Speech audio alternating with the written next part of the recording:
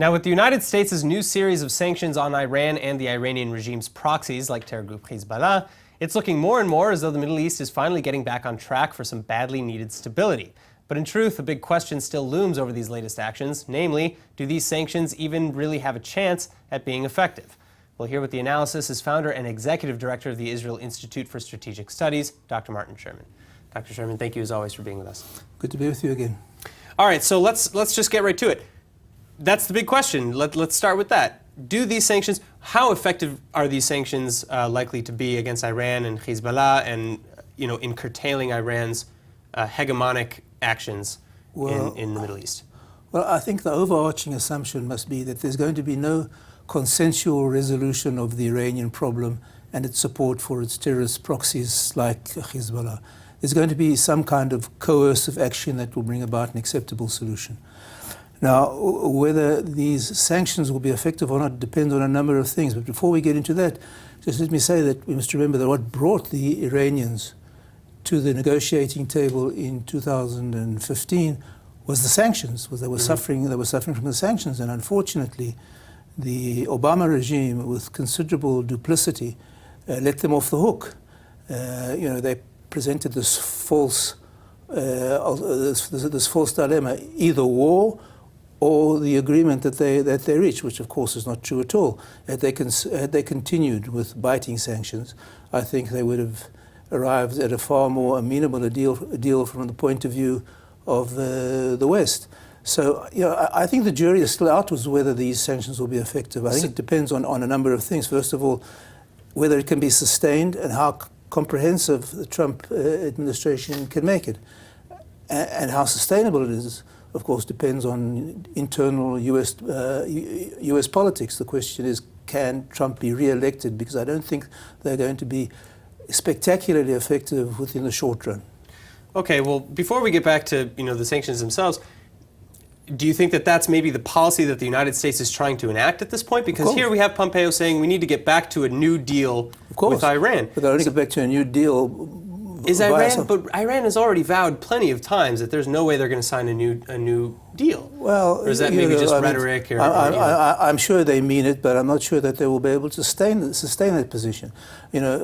Put it this way: North Korea has sustained sanctions for many years, but I think there's a certain difference, a significant difference, between Iran and North Korea. In North Korea, there's no developed civil society as there was in Iran.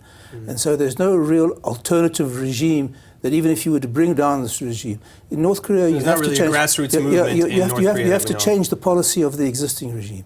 Within Iran, it's not the story. There's a lot of disenchantment with what's going on. There's a lot of resentment about Iran spending resources on foreign adventures. There's a terrible water crisis. They badly mismanaged the recent floods. Their currency is plunging.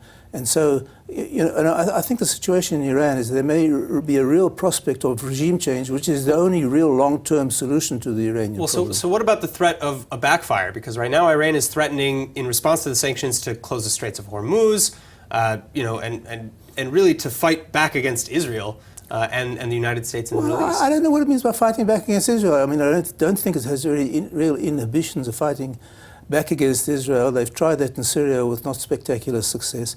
But with closing the Straits of Hormuz, I mean, that might be the Clint Eastwood scenario: make my day and do it. Just what the Trump regime would like as an excuse to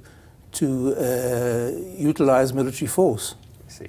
All right. So, getting back to the sanctions themselves, how likely do you think other countries are going to be willing to accept some of these sanctions? Because, say, China and India, for example, are the two biggest world importers of crude oil from Iran. With China, I have here, they're importing over 500,000 barrels per day.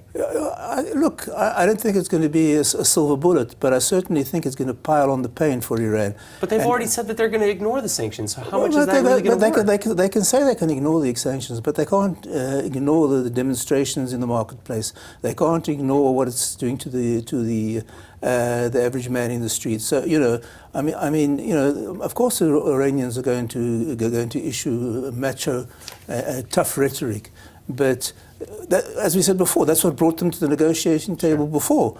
Now, the question is whether Trump can expand the sanctions, whether the alternative of either trading with Iran or trading with the US is enough of a deterrent to keep people to break the sanctions. So, I think a lot, as I said before, a lot depends on the steadfastness and the sustainability of these sanctions from the point of view of the Trump regime, and that depends a lot on US domestic policy. I think, a lot can be done here with public diplomacy to bring to the world the real nature of the Iranian regime and inform the citizens of what the Iranian regime is really about and why it needs to be curtailed. All right, so my final question is, let's move on to Hezbollah a little bit. Right now the United States is also rolling out this new policy. They're trying to go after Hezbollah's finances. Is that really a similar approach to what they're doing with Iran, would you say? Sure, and I think that it's basically part of the same initiative, because different arms of the octopus. Exactly, because I think if I remember correctly, 70% of Hezbollah's budget comes from Iran, and if Iran is $1 billion, that's quite a bit. Yeah, and if there's a squeeze on the Iranian resources, there'll be a squeeze on Hezbollah. So there's a certain amount of logic. Although I do think that in the background there has to be a credible threat of coercive military action to back up the sanctions. All right. Well, thank you so much for coming in, Dr. Sherman, and sharing with us your insights. I'm sure we'll have you back very soon. Thank you.